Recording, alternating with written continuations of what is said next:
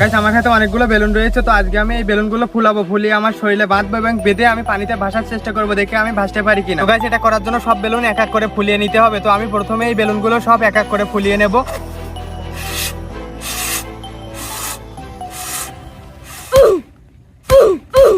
তো গাইস একটা বেলুন ফেটে গিয়েছে, তো এখানে আরো অনেক বেলুন রয়েছে, তো আমি এগুলো ফোলানোর চেষ্টা করব।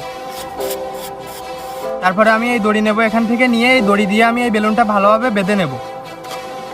তখন আমাদের এই বেলুনটা ঠিক আমি এইভাবে প্রত্যেকটা বেলুন বেঁধে নেব। গাইস আমাদের সব বেলুন ফুলানো হয়ে গেছে। তো আমাদের সব বেলুন ফুলানোর পরে আমি এই পলিথিনের ভিতরে এখানে আটকে রেখেছি যাতে বাতাসে না উড়ে যায়। তো এই বেলুন ফুলাতে ফুলাতে এখানে অনেক বেলুন ফেটে গিয়েছে, এই যে এখান থেকে প্রায় 10-12টার বেলুন এখানে ফেটে গিয়েছে। তো হচ্ছে যে এখন আমরা এই বেলুনগুলো আমার শরীরে লাগাবো, তারপরে আমি পানিতে ভাসার চেষ্টা করব।